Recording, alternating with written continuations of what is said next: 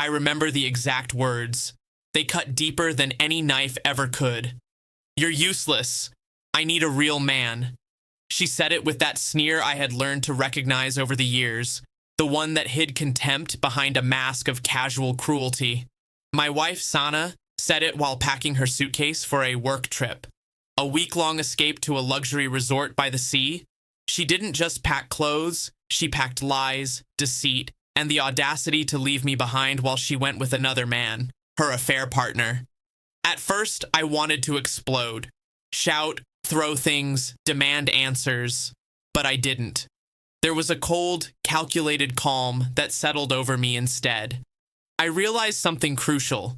This wasn't about her being happy or dissatisfied with me. This was about control, about power, and I wasn't going to give it to her, not without my own terms. I watched her leave that morning, hugging our kids goodbye with forced smiles, whispering promises to call every night. She didn't call. She couldn't. She was with him. I knew it. That's when the idea struck me. Not revenge born from rage, but strategy, patience, and precision. First, I gathered evidence. Subtle, irrefutable evidence. Receipts from the boutique hotel she had booked in her name, but paid with our shared card. Social media check-ins that she thought she had disabled. A credit card charge for 2 flights, one for her, one for the other man. GPS data from our shared car's navigation system showing deviations to airports, train stations, and places she had claimed were team-building retreats. Every lie she had crafted to maintain her story started to unravel quietly in my hands. I didn't tell anyone, not the kids, not her friends, not the neighbors. This was a silent operation, one that required finesse, not noise. Meanwhile, she was living her fantasy. Fancy dinners, beachside cocktails, stolen moments she thought I'd never discover. Every photo she tagged, every story she posted, she believed was a shield. I had it all. 3 days into her trip, I struck. I called the resort, posed as a guest concerned about booking details, verified her reservation. Then I requested to speak to management about an urgent matter. They were cooperative, unaware of the drama I was about to unleash. I explained calmly but firmly that there was a dispute over payment and guests, and that security should monitor the room because unauthorized guests might be present. By the time she returned to her room, there was a polite knock at the door.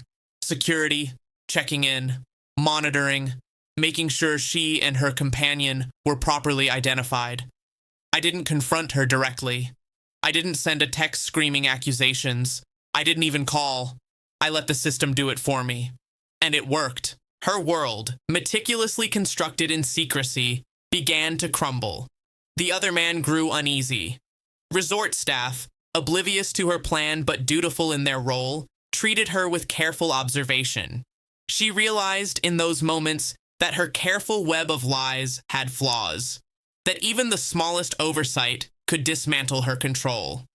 I took my revenge one step further. A carefully drafted email, sent to her supervisor and HR back at work, highlighted discrepancies in her work trip story. I attached anonymized evidence, dates, locations, and photographic proof she couldn't deny. Nothing malicious, just facts. Professional, verifiable facts. The shock was immediate. Her affair partner pulled back, fearing exposure. Colleagues began asking questions. Friends, unaware of the full context, started noticing contradictions in her tales. The perfect trip she had envisioned as an escape became a minefield. When she finally returned home, she expected chaos. Screaming, confrontation, anger. What she got instead was calm. I sat in the living room, documents laid out on the table, receipts, screenshots, GPS logs, the evidence of her duplicity. She froze, realizing the magnitude of what I had uncovered. How did you... She stammered, voice shaking. I let reality catch up to you, I said evenly.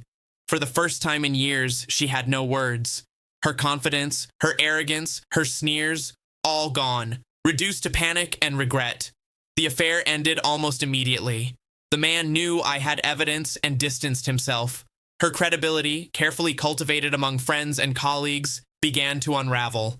And me? I didn't just survive the betrayal. I thrived in the clarity of exposing it. The kids were safe, blissfully unaware of the full extent of what had happened. The home remained stable, calm, and intact. I didn't need to humiliate her publicly. I didn't need to yell or threaten. I simply let the truth, meticulously documented and presented, speak for itself. In the weeks and months that followed, she tried to regain control, to manipulate, to plead. But the power had shifted. Her lies had no place to hide. Her carefully curated image of superiority, of being a real woman with real desires, had collapsed under the weight of evidence.